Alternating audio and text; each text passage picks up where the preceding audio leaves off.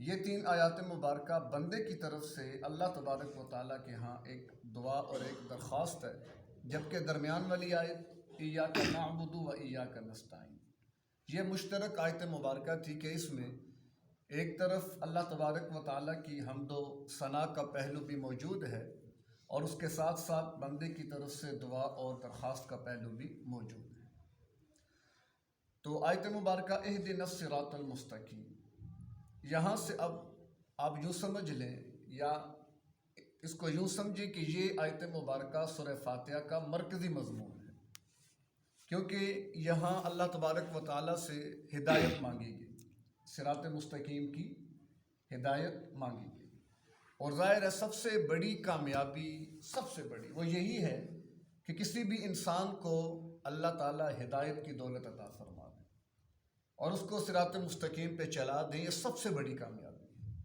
تو پوری سورہ کا مرکزی مضمون یہی ہے کہ اللہ مجھے اور آپ کو صراط مستقیم دکھائے بھی، اس پر چلائے بھی، اور اس پر اللہ ہمیں استقامت بھی نصیب فرمائے، کیونکہ کامیابی کا راستہ یہی ہے۔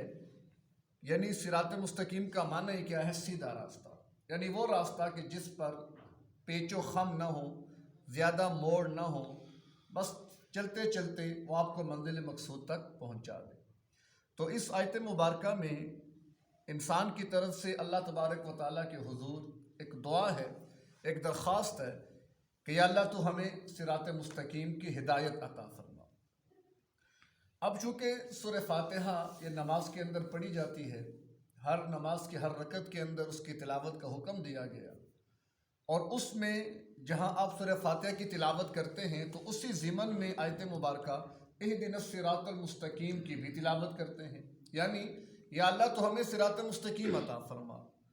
تو یہاں پر ایک سوال ذہن میں آتا ہے کہ جیسے اس دعا کے مخاطب عام انسان اور عام مؤمنین ہیں، تو ظاہر ہے نماز تو اللہ کے نبی صلی اللہ علیہ وسلم نے بھی ادا فرمائی، حضرات صحابہ نے بھی ادا فرمائی، اولیاء کرام بھی نماز ادا فرماتے ہیں، حالانکہ یہ وہ ہستیاں اور وہ لوگ ہیں کہ جو ذریعہ ہدایت ہیں، یعنی کہ وہ تو خود ہدایت کے مرکز ہیں کہ جن سے ہدایت کے چشمے جاری ہوتے ہیں، تو وہ بھی اس کے پابند بنا دیے گئے کہ آپ بھی جب نماز میں اللہ کے حضور کھڑے ہوگے تو آپ نے بھی یہ دعا مانگنی ہے کہ یا اللہ ہمیں ہدایت عطا فرما، ہمیں ہدایت نصیب فرما، حالانکہ وہ تو ہدایت یافتہ لوگ ہیں۔ پھر دوسری بات، جو آدمی نماز میں آ گیا، نماز میں شامل ہو گیا اور نماز میں کھڑا ہے، تو اس سے بڑا صراط مستقیم اور کیا ہوگا؟ تو پھر بھی دعا مانگی جا رہی ہے صراط مستقیم کی، اس کی کیا وجہ؟ تو اس کے جواب میں لفظ ہدایت اور اس کی تفصیل اور اس کے درجات کو سمجھنا ہوگا، کیونکہ آگے تفصیلات جب آئیں گی تو مختلف مقامات پر ہدایت کے مختلف معنی بیان ہوئے ہیں۔ بعض دفعہ بات سمجھ نہ آنے کی وجہ سے یا ہدایت کے جو درجات ہیں وہ سمجھ نہ آنے کی وجہ سے انسان سے غلطی ہو جاتی ہے، کوتاہی ہو جاتی ہے اور سمجھنے میں غلطی لگ جاتی ہے۔ تو اس سلسلے میں سب سے پہلے تو ہم سمجھتے ہیں کہ ہدایت کا معنی کیا ہے۔ تو اس حوالے سے مفردات القرآن کے اندر امام راغب اصفہانی رحمۃ اللہ علیہ لکھتے ہیں کہ کسی شخص کی منزل مقصود کی طرف مہربانی کے ساتھ رہنمائی کرنا، یہ ہدایت ہے۔ کسی شخص کی منزل مقصود کی طرف مہربانی کے ساتھ رہنمائی کر دینا، یہ معنی ہے ہدایت کا۔ اب یہاں پر ایک چیز تو یہ کہ منزل مقصود کی طرف رہنمائی کرنا، کیونکہ اصل میں ہدایت کو اگر تھوڑے سے وسیع معنی میں لیا جائے تو یہ تین معنی رکھتا ہے لفظ ہدایت۔ ایک یہ ہے نا کہ آپ سے کسی نے پوچھا کہ میں نے کھنہ پل جانا ہے، تو آپ نے کہا یہاں سے باہر نکلو، گاڑی میں بیٹھو اور سیدھا راستہ پکڑ کے کھنہ پل کی طرف چلے جاؤ، تم کھنہ پل پہنچ جاؤ گے۔ تو آپ نے بیٹھے بیٹھے اس کو بتا دیا۔ دوسری صورت کیا ہے کہ آپ نے اس کو یہاں سے ہاتھ سے پکڑا اور سٹاپ تک لے کر گئے، وہاں گاڑی روک کر اسے گاڑی میں بٹھا کر پھر گاڑی والے سے کہا کہ اس کو کھنہ پل پہ اتار دیں۔ اور ایک تیسری صورت کیا ہے کہ آپ نے کہا چلو میں بھی جا رہا ہوں، آؤ میں تمہیں کھنہ پل تک پہنچا کے آتا ہوں۔ تو گویا کہ رہنمائی کرنا، راستہ دکھا دینا، یہ بھی ہدایت کا مفہوم ہے، اور کسی کو اس کی منزل مقصود تک پہنچا دینا، یہ بھی ہدایت کا معنی ہے۔ لیکن وہ جب درجات سامنے آئیں گے ہدایت کے تو پھر مختلف مواقع پر ان معانی کی کیا ہوگی؟ تعیین کی جائے گی۔ تو ہدایت کے بنیادی طور پر 3 درجات ہیں، ہدایت کے 3 درجے ہیں۔ ایک ہدایت کا درجہ عام ہے۔ عام سے مراد کیا؟ کہ جو کائنات اور مخلوقات کی تمام اقسام جن میں جمادات، نباتات، حیوانات وغیرہ سب شامل ہیں، یعنی کائنات کی ہر چیز ہدایت پر ہے، کیونکہ ہدایت کا معنی سمجھ بوجھ، ہدایت کا معنی عقل و شعور، ہدایت کا معنی اللہ کی معرفت۔ تو یہ اس معنی کے لحاظ سے ہدایت ایک درجہ عام ہے جو اللہ نے کائنات اور مخلوقات میں سب کو عطا کر دیا، خواہ وہ ایک درخت ہے، خواہ وہ ایک پتھر ہے، خواہ وہ کوئی انسان ہے، کوئی بھی ہے، سب کو اللہ نے ہدایت دی ہوئی ہے۔ یعنی اس کی آپ دلیل کو یوں سمجھیں کہ اللہ تبارک و تعالیٰ سورہ بنی اسرائیل آیت نمبر 44 میں فرماتے ہیں وَإِن مِّن شَيْءٍ إِلَّا يُسَبِّحُ بِحَمْدِهِ وَلَٰكِن لَّا تَفْقَهُونَ تَسْبِيحَهُمْ۔ وَإِن مِّن شَيْءٍ یعنی کوئی بھی چیز ایسی نہیں ہے جو اللہ تبارک و تعالیٰ کی تسبیح نہ بیان کرے، اس کی حمد و ثنا نہ کرے، وَلَٰكِن لَّا تَفْقَهُونَ تَسْبِيحَهُمْ، لیکن تمہیں پتہ نہیں ہے، تمہیں شعور نہیں ہے کہ کس کی تسبیح کیا ہے، تمہیں اس کا اندازہ نہیں۔ تو اس سے کائنات کی ہر چیز مراد ہے۔ وَإِن مِّن شَيْءٍ کوئی چیز، جمادات، نباتات، حیوانات، انسان، سب کے سب گوئے کہ اس کے اندر آ جاتے ہیں۔ اسی طرح سورہ نور آیت نمبر 41 میں اللہ فرماتے ہیں أَلَمْ تَرَ أَنَّ اللَّهَ يُسَبِّحُ لَهُ مَن فِي السَّمَاوَاتِ وَالْأَرْضِ وَالطَّيْرُ صَافَّاتٍ كُلٌّ قَدْ عَلِمَ صَلَاتَهُ وَتَسْبِيحَهُ۔ یعنی آپ دیکھتے نہیں ہیں، بے شک اللہ کی پاکی بیان کرتے ہیں جو بھی آسمانوں میں ہیں اور زمین میں ہیں، حتیٰ کہ پرندے صافات صفیں بنا کر آسمانوں پر اڑتے ہوئے بھی گویا کہ وہ اللہ کی حمد و ثنا کر رہے ہیں۔ کل قد علم صلاتہ و تسبیحہ، ہر ایک جانتا ہے کہ اس نے اللہ کی کیا تعریف کرنی ہے، کیا تسبیح کرنی ہے۔ ہر ایک جس کو اللہ نے پیدا فرمایا ہے، فرمایا کہ وہ جانتا ہے۔ تو گویا کہ اس سے معلوم ہوا کہ حمد و ثنا اللہ تبارک و تعالیٰ کی وہ کائنات کی ہر چیز کر رہی ہے۔ قرآن مجید وَإِنَّ مِنَ الْحِجَارَةِ لَمَا يَتَفَجَّرُ مِنْهُ الْأَنْهَارُ وَإِنَّ مِنْهَا لَمَا يَشَّقَّقُ فَيَخْرُجُ مِنْهُ الْمَاءُ وَإِنَّ مِنْهَا لَمَا يَهْبِطُ مِنْ خَشْيَةِ اللَّهِ۔ یہ اللہ پہاڑوں کی اور پتھروں کی مثال بتا رہا ہے کہ بعض پتھر اللہ کے خوف سے لڑک کر نیچے گر جاتے ہیں، پتھر۔ تو گویا کہ اگر پتھروں میں قرآن کی روشنی میں بات سمجھ میں آ رہی ہے کہ اللہ کی خشیت اور خوف موجود ہے، تو اس سے معلوم ہوا کائنات کے ہر چیز کو اللہ تبارک و تعالیٰ کی حمد و ثنا کے اوپر لگایا گیا۔ اور سب سے اہم بات اس میں یہ ہے کہ اللہ تبارک و تعالیٰ کی حمد و ثنا یہ کب ہوگی؟ جب اللہ کی معرفت ہوگی، یعنی کسی کی آپ تعریف کب کریں گے؟ جب آپ کی اس سے کوئی جان پہچان ہوگی۔ تو گویا کہ جو معرفت ہے، یعنی اللہ کی حمد و ثنا، یہ موقوف ہے کس چیز پر؟ اللہ کی معرفت پر۔ اور اللہ کی جو معرفت ہے وہی سب سے بڑا علم ہے کہ ہمیں اللہ کی معرفت حاصل ہو جائے۔ اور یہ اللہ کی معرفت اور علم جو ہے یہ بغیر عقل و شعور کے حاصل نہیں ہو سکتا۔ تو اس سے معلوم ہوا کہ کائنات کا ہر ذرہ اگر اللہ کی حمد و ثنا کر رہا ہے تو اس کو اللہ کی معرفت حاصل ہے، اور معرفت کے لیے علم چاہیے، اسے گویا علم بھی حاصل ہے، اور علم بغیر عقل و شعور کے نہیں ہو سکتا۔ تو معلوم ہوا کہ اللہ نے کائنات کے ہر چیز کے اندر عقل و شعور رکھا ہے اس کی اعتبار سے۔ اب کس میں عقل و شعور کس اعتبار سے وہ اللہ ہی نے رکھا ہے، لیکن اتنی بات سمجھ میں آتی ہے کہ ہر چیز اللہ کی طرف سے ہدایت پر ہے۔ البتہ اس میں کیا ہے، درجات مختلف ہیں کہ اللہ نے بعض کو ہدایت کا اعلیٰ درجہ، عقل و شعور کا اعلیٰ درجہ عطا فرمایا، بعض کو ادنا درجہ، بعض کو بالکل تھوڑا بہت، یعنی جیسا اللہ نے چاہا ان کو اس اعتبار سے عطا فرما دی۔ یہی وجہ ہے کہ اس اعتبار سے آپ دیکھیں مخلوقات 2 حصوں میں تقسیم ہو جاتی ہیں۔ ایک کو کہتے ہیں ذوی العقول، یعنی وہ مخلوق کہ جو عقل رکھتی ہے، ذوی العقول عقل والے، اور ایسے ہی غیر ذوی العقول یعنی وہ مخلوقات کہ جن میں عقل نہیں ہے۔ اب عقل نہ ہونے کا معنی کہ شعور تو ہے ان میں، لیکن عقل جو معرفت کا ایک اعلیٰ درجہ ہے وہ گویا کہ ان کے اندر نہیں ہے، البتہ شعور اللہ نے سب کے اندر رکھا ہوا ہے۔ تو اس اعتبار سے پھر یہ مخلوقات میں تقسیم ہوتی ہے۔ تو بہرکیف یہ پہلا درجہ تھا ہدایت کا جو عام ہے، اللہ نے سب کو عطا فرمایا ہوا ہے۔ ہدایت کا دوسرا درجہ خاص، ہدایت خاصہ، یہ ان کے لیے اللہ نے رکھا ہے جن میں عقل و شعور کامل ہے۔ اور یہ 2 ہی مخلوقات ہیں کائنات کے اندر، ایک انسان اور دوسرے جنات، کہ جن کو اللہ نے عقل و شعور کامل دیا، کہ جن کو ہم ذوی العقول بھی کہتے ہیں۔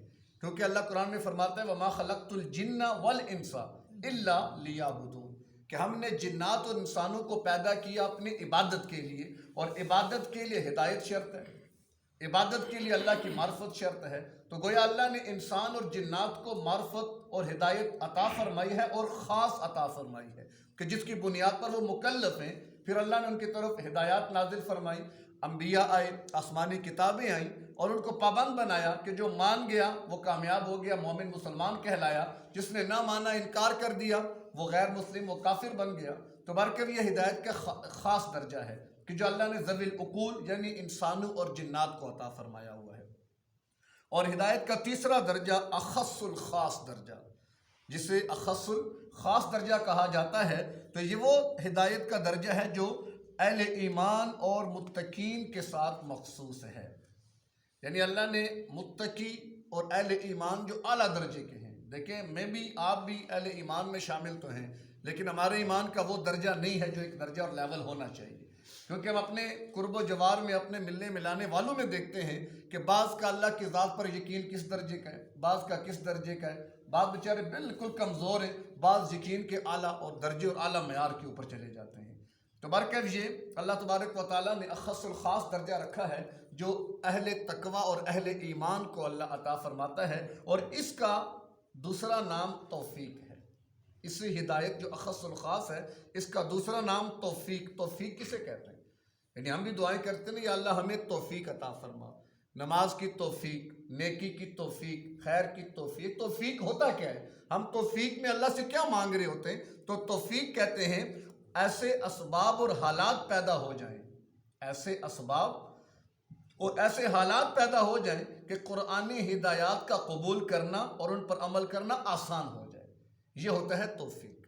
اسباب خیر کا متوجہ ہو جانا، یعنی مثال کے طور پر ابھی ہم نے عشاء کی نماز پڑھنی تھی، تو اذان جب کانوں میں آواز آئی تو اب آپ کا وضو نہیں تھا، دیکھا تو پانی موجود ہے، یہ سبب اللہ نے آپ کو دے دیا کہ اسباب کے درجے میں پانی موجود ہے۔ اگر تقاضا ہے بیت الخلاء وہ بھی موجود ہے، اگر ٹھنڈ ہے گھر میں گیس چل رہی ہے پانی گرم کر لو، اللہ نے گیس بھی دے دی ہے۔ پھر باہر جانا ہے ٹھنڈ زیادہ ہے کوٹ پہن لیا، چادر رکھ لی، یہ کیا ہے؟ یہ اسباب ہیں۔ پھر جوتے آپ نے پہنے، یہ ایک سبب ہے، آپ پہن کر مسجد اللہ نے آپ کو دے دی، آپ مسجد میں آ گئے، امام صاحب کے پیچھے آپ نے نماز ادا کر لی۔ تو یعنی وقت، کپڑا، جوتے، یہ ساری چیزیں کیا ہیں؟ یہ اسباب ہیں کہ جن کی بنیاد پر آپ کے لیے نماز پڑھنا کیا ہو گیا؟ آسان ہو گیا۔ تو توفیق کا مطلب کیا ہوتا ہے؟ کسی بھی کام کے لیے ایسے اسباب اللہ کی طرف سے مل جائیں اور ایسے حالات پیدا ہو جائیں کہ جس کی وجہ سے وہ عمل کرنا آپ کے لیے کیا ہو جائے؟ آسان۔ تو یہ گویا کہ اس سے معلوم ہوتا ہے کہ ہدایت کا جو اخص الخاص درجہ ہے وہ گویا کہ اہل ایمان کی عبادت ایک طبیعت بن جاتی ہے کہ ان کو پھر اس کے بغیر چین نہیں آتا، یعنی ایسی کہ وہ عبادت میں مگن رہتے ہیں کہ ایک نماز کے بعد دوسری نماز کے منتظر رہتے ہیں کہ کب دوسری نماز کا ٹائم ہو اور ہم مسجد میں جائیں۔ بعض بیچارے آ کر بھی ایسے ہوتے ہیں جیسے کہ پرندہ پنجرے میں آ گیا، کب نماز پڑھیں اور نکلے یہاں سے بھاگ کر جائیں۔ لیکن بعض ایسے بھی ہوتے ہیں کہ جن کا دل مسجد میں اٹکا رہتا ہے، وہ کیسے خوش نصیب لوگ ہیں؟ اللہ کے نبی کا فرمان کہ ایسے لوگوں کو کہ جن کا دل مسجد میں لگ گیا، جن کا دل مسجد میں اٹک گیا، اللہ قیامت کے دن اپنے عرش کے سائے میں جگہ نصیب فرمائے، جس دن کوئی بھی سایہ نہیں ہوگا۔ تو یہ ہے وہ خاص درجہ ہدایت کا کہ عبادت انسان کی طبیعت بن جائے، جیسے ہوتی ہے نا بعض انسان کی عادات ہوتی ہیں کہ اس کے وہ کام جب تک بندہ کرے نا اسے چین نہیں آتا، تو عبادت بھی انسان کی ایسی عادت بن جائے کہ جب تک وہ عبادت نہ کرے اسے چین نہ آئے۔ اور اگلی یہ تو 3 درجات تھے اس کے آگے، پھر اس میں جتنا انسان اعمال صالحہ میں آگے بڑھتا چلا جائے گا ہدایت کے درجات بھی بڑھتے چلے جاتے ہیں، کیونکہ اس کی کوئی حد کوئی انتہا نہیں ہے۔ جتنا زیادہ اللہ کے قرب کی طرف جائے گا، عبادات کی طرف آئے گا، اعمال صالحہ کا اہتمام کرتا چلا جائے گا، اتنا اللہ کو سے قرب نصیب ہوتا چلا جائے گا۔ تو اس ہدایت کے درجے کو دیکھیں تو اس سے معلوم ہوتا ہے کہ ہدایت ایسی چیز ہے جو سب کو حاصل بھی ہے اور اس میں ترقی بھی ہے، درجات بڑھتے بھی ہیں۔ تو اس سے معلوم ہوا کہ کوئی بھی انسان، خواہ وہ ایک عام مومن مسلمان ہے، خواہ کوئی وہ اللہ کا ولی ہے، خواہ وہ صحابی ہے، خواہ وہ نبی ہے، اس سے مستغنی نہیں ہے کہ وہ یہ سمجھے کہ میں اب ایسے مقام پہ آ گیا ہوں کہ اب میں بس عروج کی حدیں کراس کر گیا، نہیں، بلکہ ہر لمحہ اس میں ترقی کا امکان موجود ہے۔ یہی وجہ ہے کہ جو ذہن میں سوال آیا تھا کہ مسجد میں آ گئے، نماز میں کھڑے ہیں اور اس کے باوجود اہدنا الصراط المستقیم، اس سے بڑا صراط مستقیم اور کیا ہوگا؟ تو اب یہاں پر بات سمجھ میں آئی کہ یہ ہم اللہ سے اس ہدایت کے اوپر ایک تو استقامت مانگ رہے، دوسرا اس میں ترقی کی دعا مانگ رہے کہ جو ہدایت اللہ نے ہمیں عطا فرمائی، اللہ اس میں ترقی بھی عطا فرمائے۔ والذین اہتدوا زادہم ھدی، کہ اللہ تعالیٰ جب کسی کو ہدایت دیتا ہے اس کے ہدایت میں اضافہ بھی کرتا ہے۔ والذین جاہدوا فینا، اور جو لوگ ہمارے معاملے میں، دین میں محنت کرتے ہیں، مشقت کرتے ہیں، لَنَهْدِيَنَّهُمْ سُبُلَنَا، تو ہم ان کو اپنے راستوں کی ہدایت عطا کر دیتے ہیں۔ تو کیا جتنی آپ محنت کرتے چلے جائیں گے، جتنی مشقت کرتے چلے جائیں گے، اتنے اللہ تبارک و تعالیٰ قرب اور ہدایت کے درجے آپ چڑھتے چلے جائیں گے۔ تو بارکب یہ 3 درجے تھے ہدایت کے، یعنی ایک تو عام درجہ جو اللہ نے سب کو عطا کر دیا، دوسرا خاص درجہ جو اللہ نے جن کو عقل و شعور کامل دیا ان کو دیا، اور تیسرا درجہ اخص الخاص جو خاص اہل ایمان اور متقین کے لیے اللہ نے رکھا ہے۔ اب اس میں جو پہلا اور تیسرا درجہ ہے وہ تو بلا واسطہ اللہ کا فعل ہے۔ جیسے اللہ نے ہر چیز کو ہدایت دے رکھی ہے نا عام درجے میں، وہ اللہ کی طرف سے ملی ہے، اس میں کوئی نبی، کوئی کتاب، کوئی رسول، اس میں اس کا کوئی واسطہ موجود نہیں ہے۔ اور اسی طرح جو تیسرا درجہ ہے وہ بھی اللہ تعالیٰ اپنی عطا سے کسی کو عطا کر دے۔ دوسرا درجہ جو ہے وہ ہوتا ہے کہ جب آپ نبی اور رسول کی ہدایت کو قبول کر لیں، کہ جس کے بارے میں اللہ فرماتے ہیں اِنَّكَ لَا تَهْدِي مَنْ أَحْبَبْتَ، یعنی اللہ کے نبی صلی اللہ علیہ وسلم بہت غمگین رہتے، فکر مند رہتے کہ لوگ ایمان نہیں لا رہے، اور چاہتے تھے سارے مومن مسلمان بن جائیں اور کڑتے رہتے تھے۔ اللہ نے تسلی دی کہ اے نبی، ہدایت میرے قبضے میں ہے، میرے اختیار میں ہے۔ اِنَّكَ لَا تَهْدِي مَنْ أَحْبَبْتَ، آپ ہدایت نہیں دے سکتے اس کو جس کو آپ چاہیں، وَلَكِنَّ اللَّهَ يَهْدِي مَن يَشَاءُ، لیکن اللہ جس کو چاہتا ہے ہدایت دے گا۔ تو دوسرا درجہ ہدایت کا کہ جس کو اللہ تبارک و تعالیٰ چاہے گا عطا کر دے گا، جس کو نہ چاہے اللہ عطا نہیں کرے گا، البتہ اسباب اللہ عطا فرما دیتا ہے، اور ان اسباب کی بنیاد پر گویا کہ توفیق مل جاتی ہے۔ آپ کوئی قبول کر لے اس کا اپنا فائدہ، کوئی نہیں قبول کرتا تو اس کا اپنا نقصان ہے۔ اور اگلی بات، ایاک نعبد و ایاک نستعین، ہم نے کیا کہا تھا؟ یا اللہ ہم تجھ ہی سے مدد چاہیں گے۔ کس چیز کی مدد چاہیں گے؟ گویا کہ اہدنا الصراط المستقیم، اس مدد کی تعیین بھی ہے، یعنی اللہ ہم تجھ سے مدد چاہتے ہیں، روپیہ مانگ کر، پیسوں کے ذریعے، دولت کے ذریعے، اولاد کے ذریعے، زمین جائیداد کے ذریعے نہیں، نہ مال و دولت چاہیے، نہ زمین جائیداد، کچھ بھی۔ یہ مال و دولت دنیا، یہ رشتہ و پیوند، بتانے وہم و گما، یہ سب بت ہیں جو ہم نے اپنے سامنے بنا رکھے ہیں، وگرنہ لا الہ الا اللہ، اللہ تو ایک ہے۔ اس ایک اللہ کی توحید کو لے کر اگر آپ چلیں گے تو انشاءاللہ سارے معاملات حل ہو جائیں گے۔ تو بارکہ ہدایت کس چیز کی، مدد کس چیز کی چاہیں گے؟ تو اہدنا الصراط المستقیم میں یہ بات واضح ہو گئی کہ ہم اللہ سے جو مدد چاہتے ہیں وہ صراط مستقیم کی مدد چاہتے ہیں، کہ تو ہماری مدد فرما اور ہمیں صراط مستقیم عطا فرما دے۔ حافظ ابن قیم رحمۃ اللہ علیہ فرماتے ہیں کہ صراط اس راستے کو کہتے ہیں کہ جس میں 5 باتیں پائی جائیں۔ صراط، نمبر 1 مستقیم ہو، صراط مستقیم بالکل سیدھا راستہ ہو جس میں پیچ و خم نہ ہو، دائیں بائیں زگ زیگ اس میں نہ ہو۔ نمبر 2 موصل الی المقصود، یعنی وہ راستہ جو آپ کو مقصود تک پہنچانے والا ہو۔ نمبر 3 قریب اور نزدیک ہو۔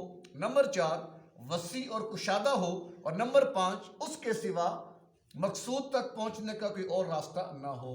جس میں یہ 5 چیزیں پائی جائیں گی، گویا کہ وہ صراط مستقیم ہے، وہ صراط ہے کہ جس کی بنیاد پر ہم گویا اللہ کی طرف پہنچ سکتے ہیں اور اللہ کی معرفت کو حاصل کر سکتے ہیں۔ عبداللہ بن عباس اور عبداللہ بن مسعود رضی اللہ تعالی عنہما، ان سے روایت ہے، وہ فرماتے ہیں کہ صراط مستقیم سے دین اسلام مراد ہے۔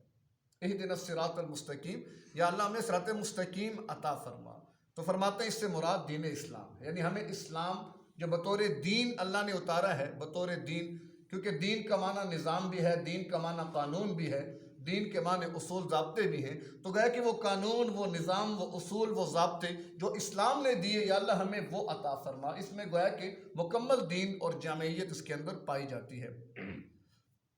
اور اسی طرح حضرت علی اور حضرت ابی بن کعب رضی اللہ تعالی عنہما، وہ فرماتے ہیں کہ اہدنا کا معنی ہوتا ہے ارشدنا، یعنی ہمیں ثابت قدمی عطا فرما دے، ہمیں جو ہدایت مل چکی ہے یا اللہ ہمیں اس پر استقامت عطا فرما۔ اسی طرح عبداللہ بن مسعود سے ایک اور قول اور سعید بن جبیر رحمہ اللہ سے منقول ہے کہ صراط مستقیم سے مراد جنت کا راستہ ہے، یعنی اللہ ہمیں تو جنت کا راستہ عطا فرما دے۔ تو بہرکیف خلاصہ ساری بات کا یہی ہے کہ سورہ فاتحہ کا مرکزی مضمون اللہ تبارک و تعالیٰ سے ہدایت کی دعا مانگنا۔